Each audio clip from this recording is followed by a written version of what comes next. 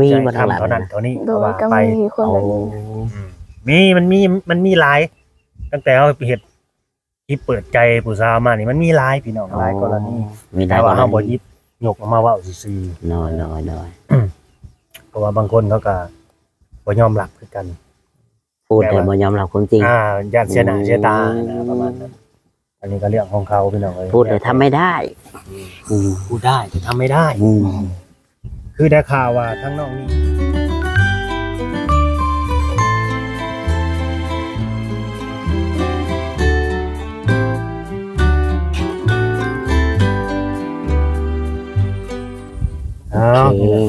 เนาะ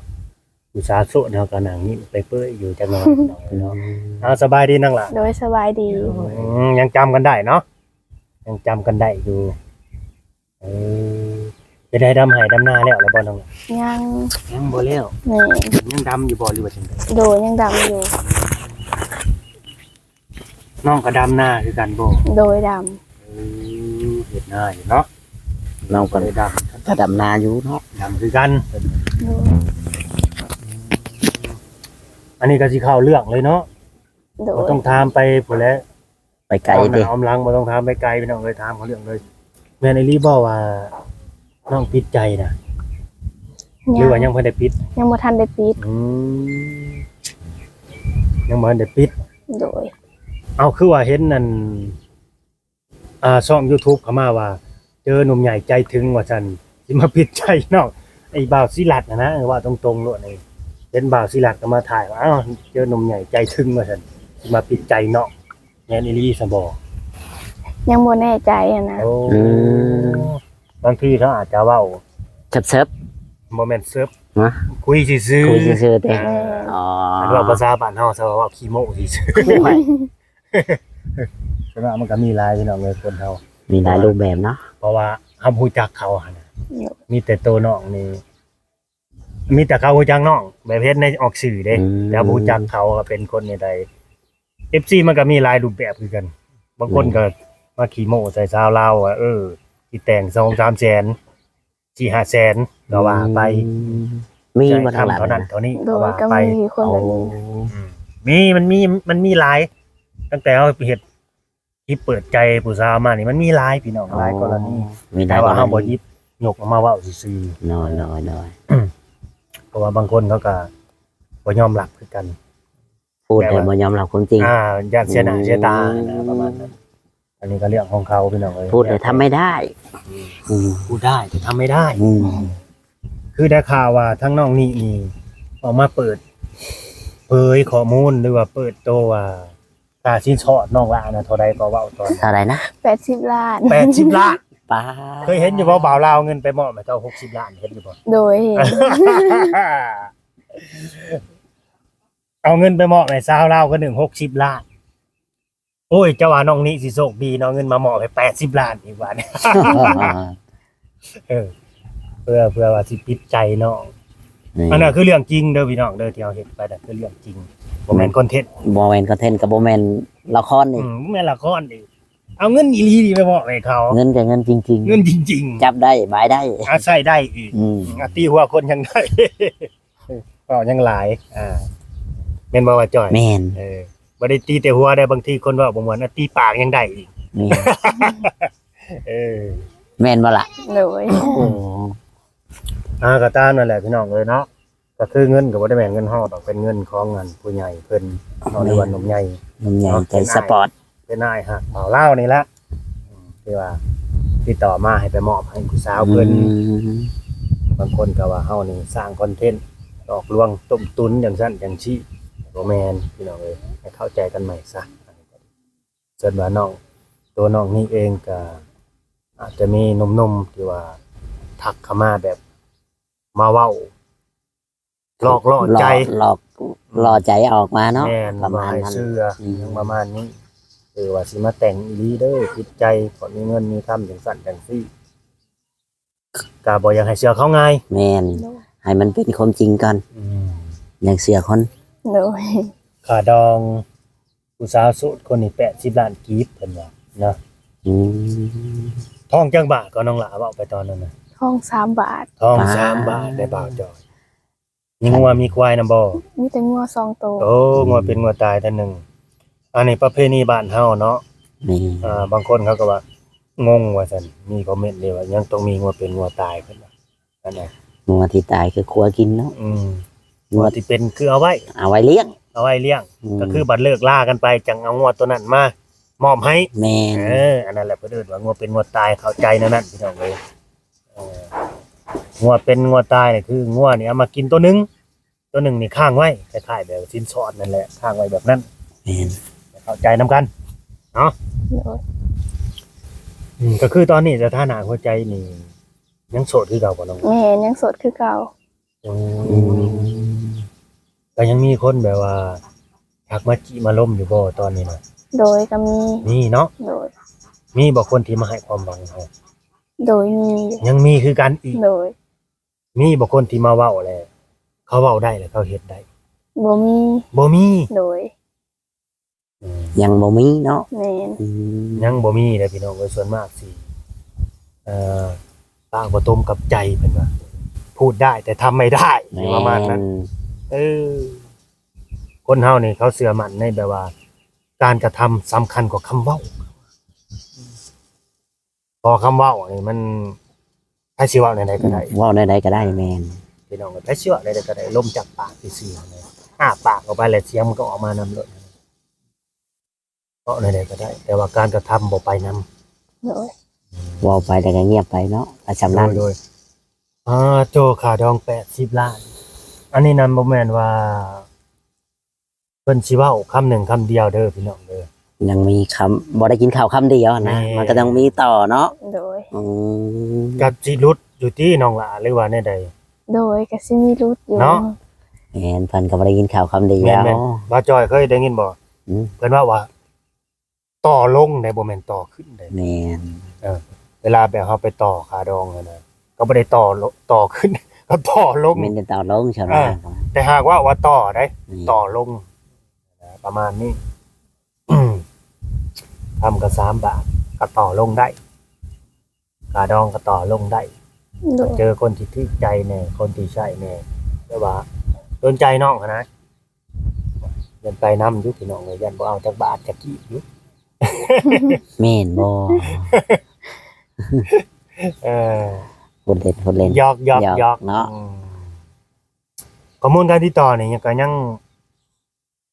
แจกคือเก่าบ่น้องล่ะ โดยยังแจกคือเก่า อืม เป็นอิหยังแน่ทั้งเฟซทั้งไลน์บ่ โดยทั้งไลน์และกับวอนแอป โอ้ไลน์กับ WhatsApp พี่น้องแจกคือเก่าแจกคือเก่าก็สามารถติดต่อมาพี่น้องเอ้ยเนาะถ้าเกิดว่าผู้ใดที่ว่าสนุกสนใจเนาะถูกใจเนาะอยากเว้าอยากล้มเนาะหรือว่ามักผู้สาว อยากลมอยากคุยเนาะกับสาวโสดสาวสำน้อย สาวสำน้อย จักปีเลยล่ะ 17 ปี อ๋อ คนที่ว่ามักเอาใจหั่นน่ะผู้สาวสำน้อยนี่คือแนะนำให้เลย แม่น น้องนี้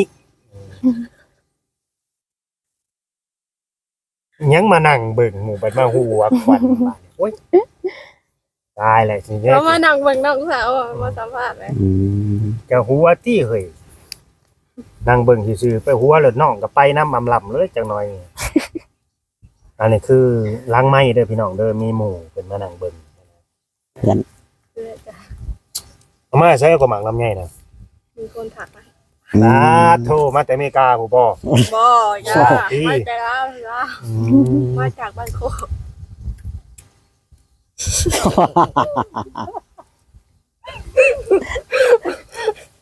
ยังไงพอแล้วนะ แม่นสิบ่ มาแต่บ้านโคก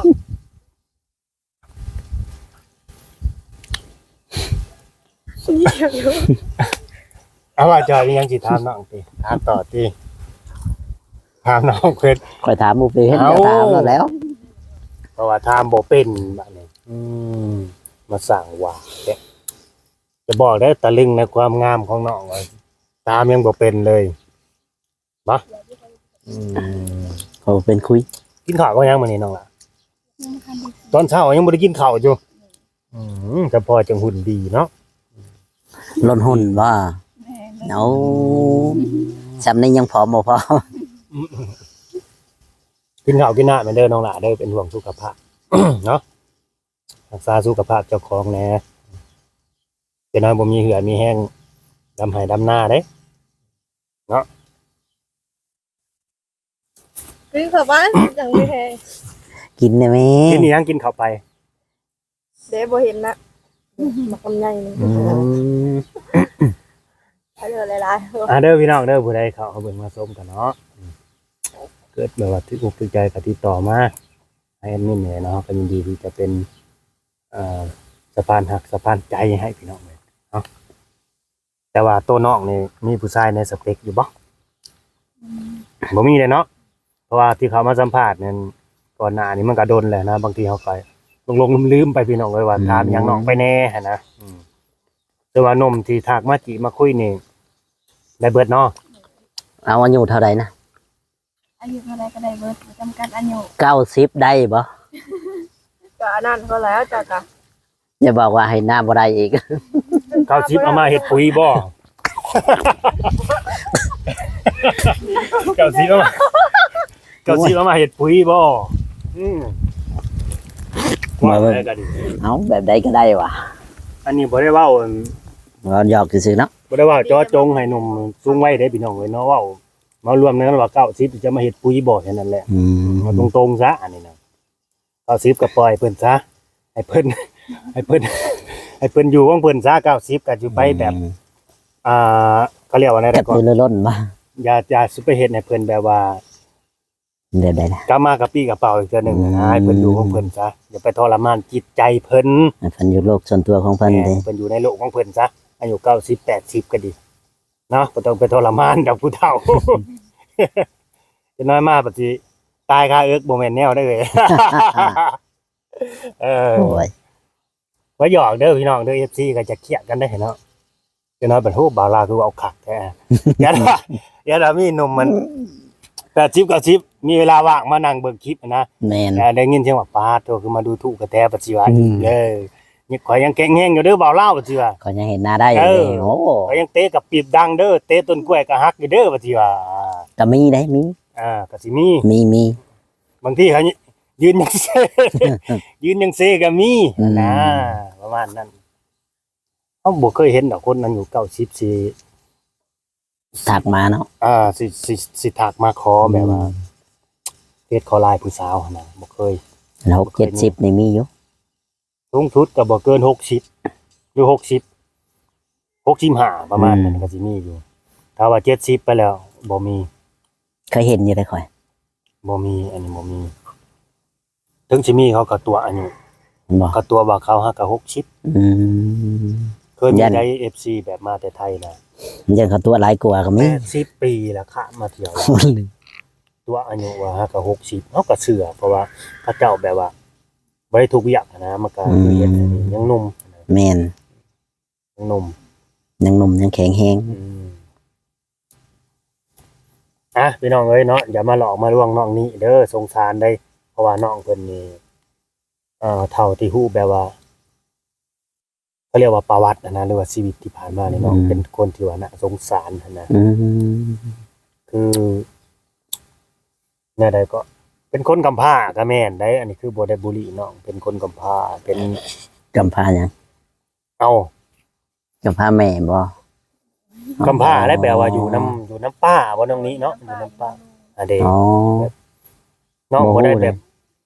เขาเรียกว่าแนวใดเป็นคนน่าสงสารนะ แม่นเป็น อ ค ยู่ น น้ำป้าน้ำลุงเนี่ยนี่นะ ที่ว่าป้าลุงเลี้ยง พ่อแม่แท้ๆนี่น้องยังบ่ฮู้เลยนะว่า เพิ่นแยกกันบ่ มันเป็นแนวใดหน้าตาแนวใดน้องเพิ่นยังบ่ฮู้เลย อันนี้ก็เป็นกำลังใจให้น้องเพิ่น แม่นสู้ต่อไป แม่นถ้าว่าสิมีหนุ่มคนใดหรือว่าผู้บ่าวคนใดสิทักมาจิมาคุยหรือว่าอยากมาดูแลน้องยินมายินมือมาช่วยเหลือน้องก็จะให้เข้ามาช่วยเหลือด้วยความ จริงใจ ใจ เนาะ ด้วยความ กะบ่จริงโจ้ได้เลย ด้วยความจริงใจแล้วก็เมตตาน้องนะที่น้องไว้น้องไปให้มาหลอกมาลวงมาตบมาตัวกัน อืม ว่าชีวิตที่ผ่านมาน้องมันก็น่าสงสารอยู่แล้ว แม่นตกระกรรมลำบากมาแล้ว ก็คือคุมื้อนี่ก็อยู่น้ำป้าน้ำลุงกับซ้ำแม่กับพ่อนะก็ดี ก็ซ้ำแม่ เลี้ยงมาแต่น้อยเด้ กับแม่อีกคนนึง แม่นแม่ผู้ที่สอง แม่นถึงจะบ่แม่นแม่บังเกิดเกล้า อืมแต่น้องนี่ก็หักกับแพงเพิ่นคือพ่อคือแม่เนาะ อืม เพิ่นก็หักแพงคือลูกเพิ่นผู้หนึง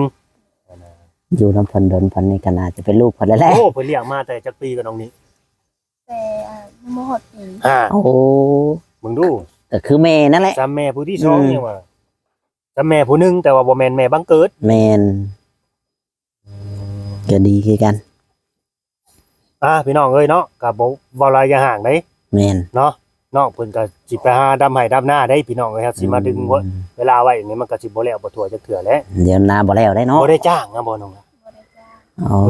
บ่มีหนุ่มๆทั้งใดอยากซอยบ่ อยากช่วยจ้างให้บ่ ดำไห้ดำหน้าน่ะลง อื กาลง ม บ่มีเนาะ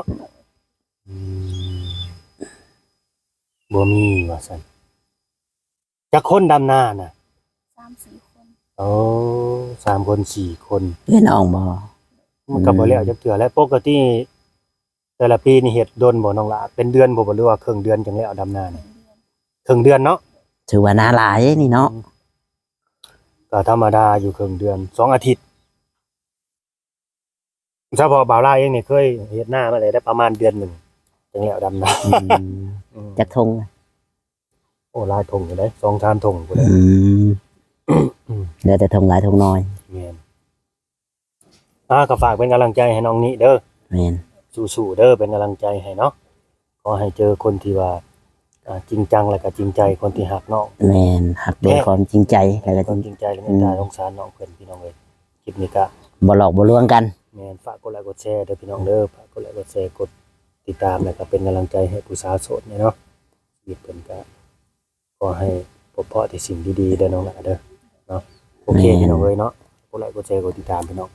ดีๆมีแฮงครับแพงแบ่งปันกันคือเก่าเด้อพี่น้องเด้อสบายดีน้องนี้ สบายดี โดยสบายดีสบาย สู้ๆต่อไป